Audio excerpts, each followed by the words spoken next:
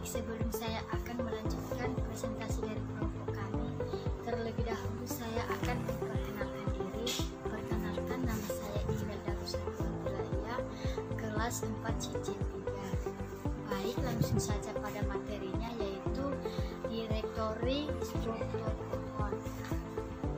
Setiap pengguna dapat membuat subdirektori sendiri dan mengorganisasikan berkas-berkas yang dimiliki. Dalam pengguna yang normal, setiap pengguna memiliki direktori saat ini atau current directory. Current directory ini terdiri dari berkas-berkas yang baru-baru ini digunakan oleh pengguna. Nama lintasan atau part name bisa digolongkan menjadi dua jenis, yaitu yang pertama, satu, lintasan mutlak atau absolut, merupakan lintasan yang dimulai dari root directory. Yang kedua, lintasan relatif atau relative part, merupakan lintasan yang dimulai dari direktori saat ini atau current directory. Misalnya, kita sedang berada pada direktori bahan, maka penulisan lintasan dari berkas slide yang pertama dibuat yaitu satu, absolute part, yaitu kuliah, OS, bahan, dan slide. Dan yang kedua, relative part, yaitu bahan dan slide. Sekian presentasi dari saya. Slide selanjutnya akan dilanjutkan oleh teman-teman. Terima kasih.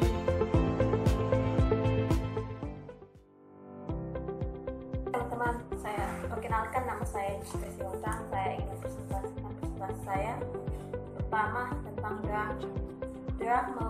Draft itu adalah suatu konsep atau di mana dan bagaimana misalnya tidak terdapat sikel atau siklus, hanya mengizinkan link ke file, bukan subdirectory.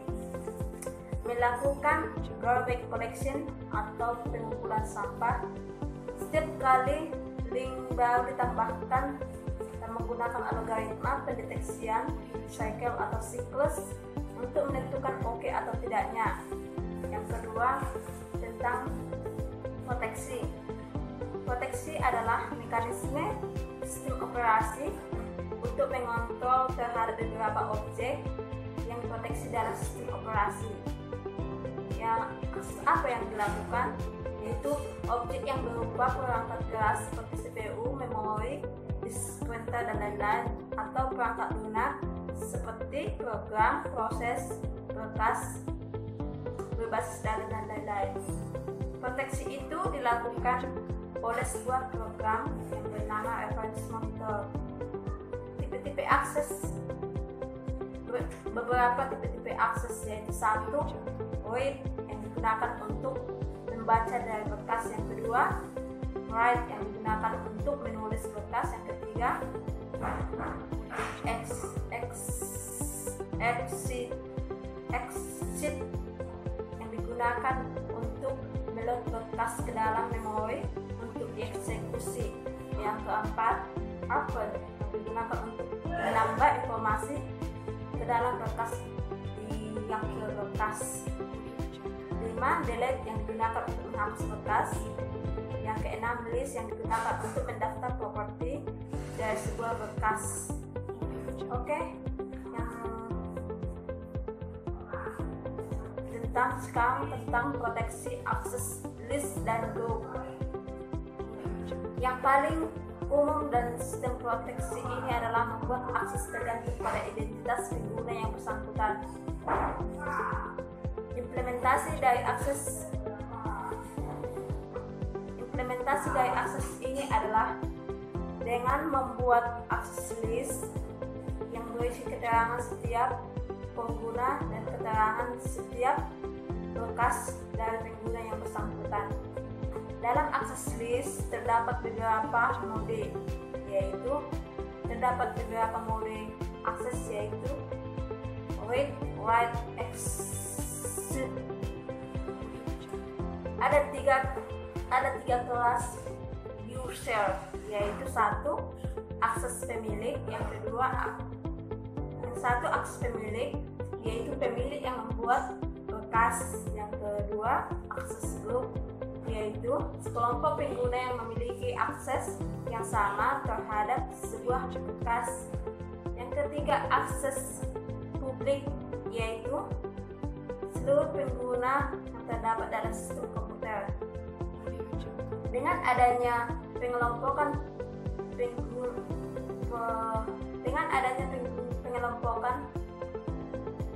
pengguna seperti ini, maka kita membutuhkan 3 file untuk melindungi bekas. File ini diasosiasikan dengan 3 buah bit untuk setiap kategori. Dalam sistem Unix dikenal bit LWX, dengan bit L digunakan untuk mengontrol akses baca, dengan bit W sebagai kontrol menulis, dengan bit X digunakan sebagai bit kontrol untuk pengeksekusian setiap file yang disahkan.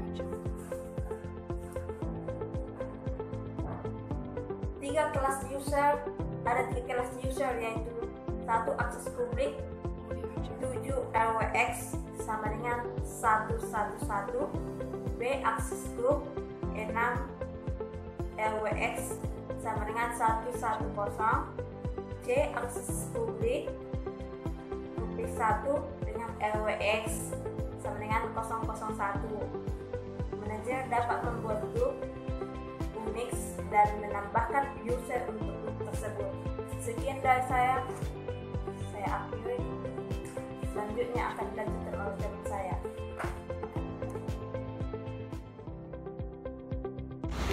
Assalamualaikum warahmatullahi wabarakatuh. Perkenalkan, nama saya Dinda Rizkani. Saya akan menjelaskan tentang implementasi file. Nah, di dalam itu ada implementasi file itu ada terbagi yang terstruktur. Yang struktur itu yaitu struktur file yang terbagi atas unit penyimpanan logik. Yang kedua, kumpulan informasi yang terkait. Selain struktur file, ada juga sistem file berada media penyimpanan sekunder atau disk. Yang ketiga, sistem file diorganisasikan dalam beberapa layer. Yang keempat, file control blok struktur penyimpanan yang berisi informasi mengenai file. Nah, selain implementasi file struktur, ada juga implementasi file alokasi kontigu, yaitu terbagi atas tiap file menempati satu set blok kontigu pada disk. Yang kedua, sederhana, hanya memerlukan alokasi awal blok dan panjang banyaknya blok. Yang ketiga, akses random. Yang keempat, pemborosan ruang atau masalah alokasi penyimpanan dinamis. Yang keempat, file tidak bisa bertambah besar. Dan yang kelima, pemetaan dari logik ke fisik. Nah, yang keenam, blok yang akan diakses dan alamat awal. Yang terakhir itu ada displacement ke blok sama dengan R. Oke, selain itu ada juga implementasi file alokasi berkaitan dengan satu. Itu yaitu terbagi. Tiap file merupakan berkait dari blok disk. Blok berada di tersebar pada disk dan alokasikan sebanyak yang diperlukan.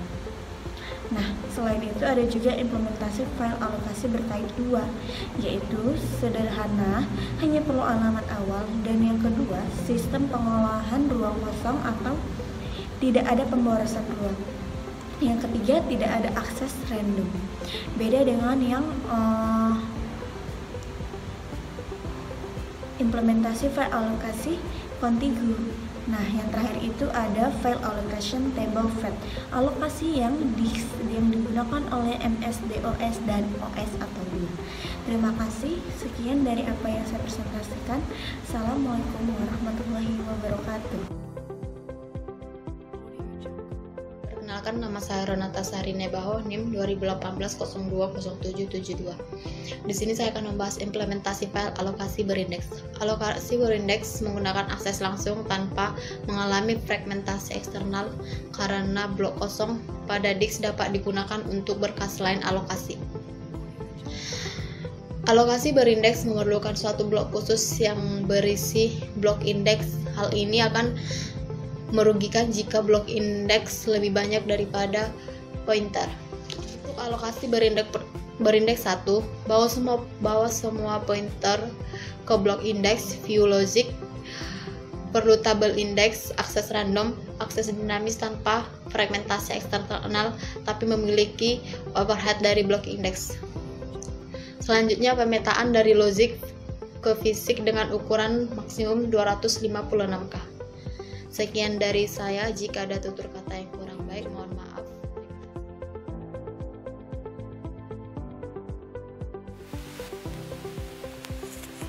Perkenalkan, nama saya Bobi Alexander Sinaga. Di sini saya akan melanjutkan presentasi dari teman saya, implementasi file system, yaitu struktur ONDIX atau byte control block, informasi sistem untuk menjalankan mesin persistation, block counter, spesifikasi, partisi, struktur, direktori, mengatur file-file, FCB detail-detail yang spesifik, struktur in memory, table persistation, informasi partisi yang dimut, struktur direktori informasi yang paling diakses, sistem with open file table, salinan dari FCB per proses, open file table pointer yang menunjuk tempat masuk dalam sistem, void open file table. Implementasi file terdiri atas 3 tingkatan. Yang pertama yaitu file system interface, itu buka, baca, tulis, dan sebagainya. Yang kedua, virtual file system, memisahkan operasi sistem generik dengan implementasinya, dan network file system. Dan yang ketiga, local file system dan remote file system atau network. Dan selanjutnya untuk materi yang selanjutnya, manajemen ruang kosong terbagi atas 2 bagian.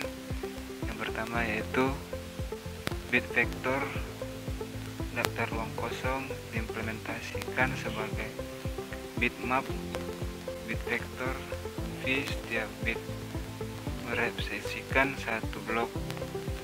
Jika bit tersebut bernilai 1, maka blok tersebut kosong, dan bernilai 0 untuk sebaliknya. V bit pertama untuk blok pertama, bit kedua untuk blok kedua, dan sebagainya. Dan yang kedua, linked list. Skema ini menghubungkan blok-blok yang masih kosong menjadi linked list. Linked list menyimpan suatu pointer di blok kosong yang pertama di lokasi yang khusus di disk dan menyimpannya di memori. Blok pertama ini mengandung suatu pointer untuk ke blok disk kosong selanjutnya, dan seterusnya.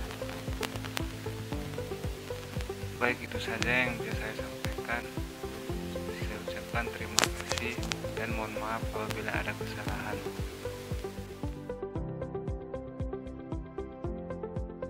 Assalamualaikum warahmatullahi wabarakatuh. Nama saya Amin Adli Pasaribu, NIRAM 2018-0211-27, kelas 4 SIC 3. Di sini saya akan melanjutkan pembahasan di kelompok saya yang sebelumnya sudah dijelaskan oleh teman-teman saya sebelumnya. Dan di sini saya akan menjelaskan manajemen ruang kosong. Nah, apa itu manajemen ruang kosong? Manajemen ruang kosong ialah suatu pengelolaan ataupun pengaturan ruang pada disk yang belum terpakai ataupun ruang kosong akibat penghapusan data. Dan ruang kosong ini bisa disebabkan oleh beberapa tindakan. Di antaranya penyimpanan yang tidak berkesinambungan dan penghapusan data yang menyebabkan adanya ruang-ruang kosong pada disk. Oleh karena itu, maka diperlukanlah manajemen ruang kosong di dalam disk. Dan di dalam manajemen ruang kosong ini terdiri dari 4 jenis ruang kosong. Yang pertama, vector bit, yang kedua, linked list, yang ketiga, grouping, dan yang keempat, accounting. Dan di dalam vector bit ini, setiap blok yang kosong ditandai dengan angka 1. Dan sebaliknya, setiap blok yang berisi ditandai dengan angka 0. Tetapi, kelemahan di dalam vector bit ini memiliki kelemahan, yaitu setiap pemetaan bitnya membutuhkan ruang tambahan ataupun ruang tersendiri. Kemudian linked list. Di dalam jenis ini, blok kosong pertama pointer ke blok kosong kedua, dan blok kosong kedua pointer ke blok kosong ketiga yang kosong. Dan linked list memiliki keunggulan, yaitu keterbalikan dari kelemahan vector bit, yaitu tidak membutuhkan terlalu banyak ruang-ruang khusus untuk pointer. Tetapi dalam linked list ini juga memiliki kelemahan, yaitu dia sulit untuk mendapatkan ruang-ruang kosong yang berurutan dengan mudah. Kemudian grouping ataupun pengelompokan. Di dalam grouping ini menggunakan satu blok untuk menyimpan alamat blok-blok yang kosong di dekatnya. Jika blok telah terisi, maka akan terhapus dari blok alamat kosong. Kemudian counting atau perhitungan. Ruang kosong list berupa urutan blok-blok kosong, maka dilakukan pendaftaran rangkaian blok kosong dengan memasukkan alamat blok kosong pertama dari rangkaian tersebut, lalu disertakan jumlah blok kosong yang bersebelahan dengannya. Baik, sekianlah penjelasan dari saya. Lebih kurangnya saya mohon maaf. Assalamualaikum warahmatullahi wabarakatuh. Oke, perkenalkan, nama saya Salim Manado dari kelompok 1. Pada kesempatan ini saya akan membahas tentang efisiensi, performasi, dan juga pemilihan. Mengenai tentang efisiensi dan performasi, sebenarnya efisiensi tergantung pada algoritma alokasi disk dan directory, dan juga tipe data yang disimpan dalam atau pada entry directory file tersebut. Performasi itu ada yang disebut dengan disk cache, baik itu bagian memori utama yang menyimpan isi blok yang sering diakses. Jadi sebenarnya cache ini berupa memori, cuma dia tidak terlalu besar. Dan juga informasi ini juga meningkatkan informasi visi dengan menjadikan sebagai memori virtual disk atau RAM disk. Kita masuk ke ini, definisi cache.